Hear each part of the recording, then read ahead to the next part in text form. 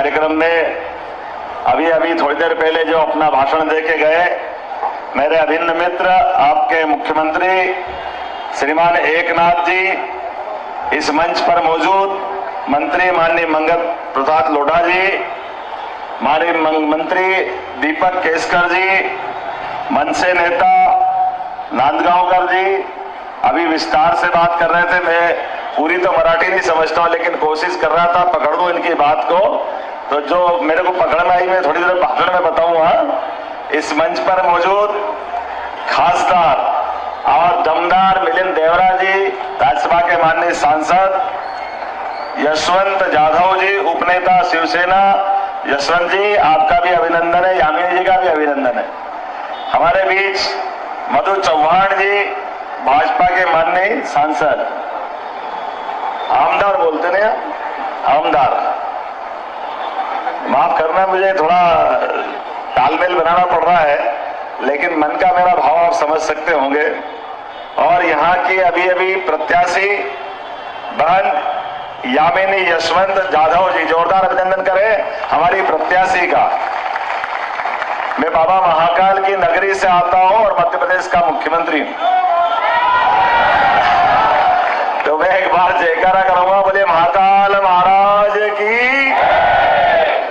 बदलते दौर में बदलता इतिहास और नया आगे बढ़ के दुनिया के बीच भारत का लोकतंत्र 56 इंच के सीने वाले के साथ कैसा होता है, दुनिया में इसकी आवाज पहुंच रही है। इसलिए जोर से बोलिए भारत माता की। क्या एहसास हम सबको है, मेरा आपका एक ही रिश्ता है, हम और आप मिलकर के छत्रपति महाराज ने जो सपना देखा था हिंदवी साम्राज्य का, और उस नाते से एक बड़ा काम उनने उज्जैन और मध्य प्रदेश वालों के लिए किया था। वो दौर जब हमारे तमाम मंदिर तोड़े जा रहे थे, हमारे अपने आराधना स्थल नष्ट भ्रष्ट हो रहे थे, ऐसे कठिन काल में छत्रपति ने सपना देखा कि यहाँ की जनता का अपना शासन होना चाहिए, उनकी अपनी आबो हवा में यहाँ के नागरिक अपनी स्वयं की सत्ता बना के चले। और ऐसे सपने में यशस्वी महाराज ने सपना देखा और स्वर्गीय बाजीराव जी ने उस कलक को आगे बढ़ाया। उज्जैन का बाबा महाकाल का मंदिर जो 1235 में तोड़ा गया था, मुझे इस बात की प्रसन्नता है महाराष्ट्र के वीरों ने दोबारा बनवा करके वो गौरवशाली मौका हमको दिया। लगभग 250-300 साल का इतिहास जो हमारे सामने, उनकी मुगल सत्ता भले दिल्ली में बैठी थी, लेकिन उस सत्ता को चुनौती देते हुए हमारे देवस्थान वापस उनके सामने बना करके मौका दिया। उस इतिहास में हमारे पूर्वज होंगे। हमें इस बात का तो एहसास है कि वो दौर कठिन काल था, लेकिन अभी जिन चुनाव में हम वोट मांगने के लिए आए, बड़े दुर्भाग्य के साथ कहना पड़ रहा है, आज भी जो सत्ता का सपना देख रहे हैं वो घमंडिया गठबंधन आज भी उस मानसिकता से बाहर नहीं आए।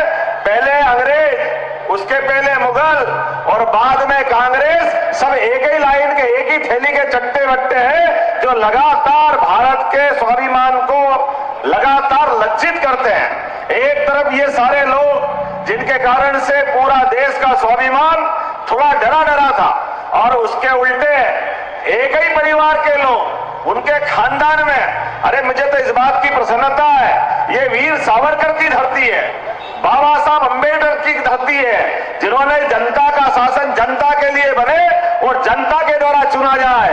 अब आप बताइए, जनता का शासन में जनता का व्यक्ति, मुझे मालूम है यहाँ जिंदगी अलग प्रकार से जी जाती है। हमारे यशस्वी प्रधानमंत्री नरेंद्र मोदी जी ने भी ऐसी जिंदगी प्रारंभ की है। हमें इस बात की प्रसन्नता है, एक गरीब आदमी देश का प्रधानमंत्री बन करके देश को गौरवान्वित करता है। अगर ये गौरवशाली क्षण है तो अभिनंदन करो मोदी जी का, हम सब उनके साथ तालियां बजा करके इस नाते से भी। और इस मामले में हमारे अपने बाबा साहब जिनने शिवसेना खड़ी करी, उनका भी जिक्र करना पड़ेगा, जिन्होंने अपने जीवन काल में सदैव देश के स्वाभिमान के साथ समझौता नहीं किया। अपने बलबूते पर, अपनी विचारधारा के बलबूते पर देशभक्त मुसलमान होना चाहिए, लेकिन पाकिस्तान परस्त लोगों को उस समय भी होश में ठिकाने लाए और आज तक उस बात के लिए और एकनाथ जी का साथ मिल सकता है कि हमारे बीच हवा में भी ऊपर समुद्र के ऊपर बांध बना करके या पुल बना करके हमारे अपने नगर के अंदर आने जाने के मार्ग बनाया, समुद्र के अंदर टनल बनाने का काम भी। ये विकास के मामले ये होना चाहिए कि नहीं होना चाहिए? मुझे इस बात की प्रसन्नता, जोरदार ताली बजाकर अभिनंदन करें जिनको नहीं दिखता है वो देखे विकास के काम कैसे होते हैं और दुश्मनों से निपटने का काम भी कैसा होता है। और उससे बढ़कर 500 साल पहले भगवान राम का मंदिर तोड़ा गया था। वो खराब समय था जिस 500 साल पहले के समय में हम कमजोर थे, देश गुलाम था, लेकिन देश की आजादी के बाद भी 70 साल तक भगवान को अपने घर में अयोध्या के अंदर सरयू के किनारे मुस्कुराने में कितना टाइम लगा। दूसरा वोट हमारा 2019 का पड़ा और मुझे इस बात की प्रसन्नता है, बोला जय जय श्री राम। पूरा देश मुस्कुराया, पूरे देश को आनंद आया। किसी की छाती पे सांप लौटा, वो एकमात्र कांग्रेस और उनके साथ वाले जो आज तक भगवान राम के दर्शन करने अयोध्या नहीं गए, वो कलंक सबके माथे है। मुझे तो और आनंद है, आपसे जयकारा लगवाया बाबा महाकाल का कि बाबा महाकाल भी मुस्कुरा रहा है, अयोध्या में राम भी मुस्कुरा रहा है। अरे हम तो गोपाल कृष्ण का इंतजार कर रहे हैं कि जमुना जी का कृष्ण कर रही है, उनको भी मुस्कुराना चाहिए कि नहीं मुस्कुराना चाहिए? और हमारा वोट, मुंबई की मुटकियां तो लोग दुनिया से देखने आते, कैसे फोड़ते हो, यहाँ के गोविंदा क्या धमाल करते हैं, कितना आनंद आता है। तो इस बार का वोट हम और आप संकल्प करें कि कृष्ण कन्हैया के लिए होना चाहिए कि नहीं होना चाहिए? अयोध्या धाम के बाद मथुरा में मुस्कुराना चाहिए कि नहीं मुस्कुराना चाहिए? बोले गोपाल कृष्ण भगवान की।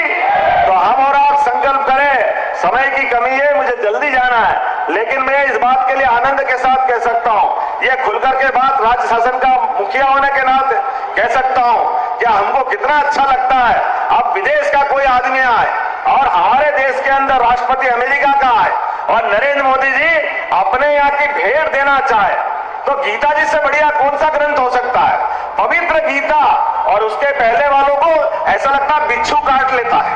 पता नहीं क्यों ये अपने धर्म से नफरत करते हैं, क्यों ये बड़ी भावनाओं से अपने आप को बचा के चलते हैं। लेकिन इस सारा हिसाब होगा यशस्वी प्रधानमंत्री के नेतृत्व में। मैं जहां से आता हूं वहां हमने 2014 में 27 जीती थी, 2019 में 28 जीती है, कुल 29 सीट है। मैं गारंटी से कह सकता हूं कि 29 की 29 सीट हम मोदी जी के नेतृत्व में मध्य प्रदेश में जीतने जा रहा है। और आप सबको भी निमंत्रण दे रहा हूं, आपका भी आखिरी चरण है 5वां, अपने 48 की 48 सीटें जीत करके आप भी उज्जैन में आओ, बाबा महाकाल के दर्शन करो, आनंद के साथ धूमधाम के साथ छिपरा स्नान करेंगे। और चित्रकूट में भगवान राम ने 11 साल गुजारे।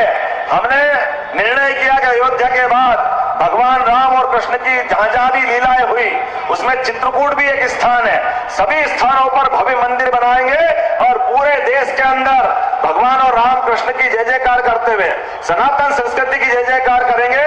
मेरी अपनी ओर से बहन यामिनी जी को समर्थन, जोरदार ताली बजा करके यामिनी जी के लिए वोट मांगने में आया हूं। और यामिनी जी के माध्यम से यशस्वी प्रधानमंत्री नरेंद्र मोदी फिर एक बार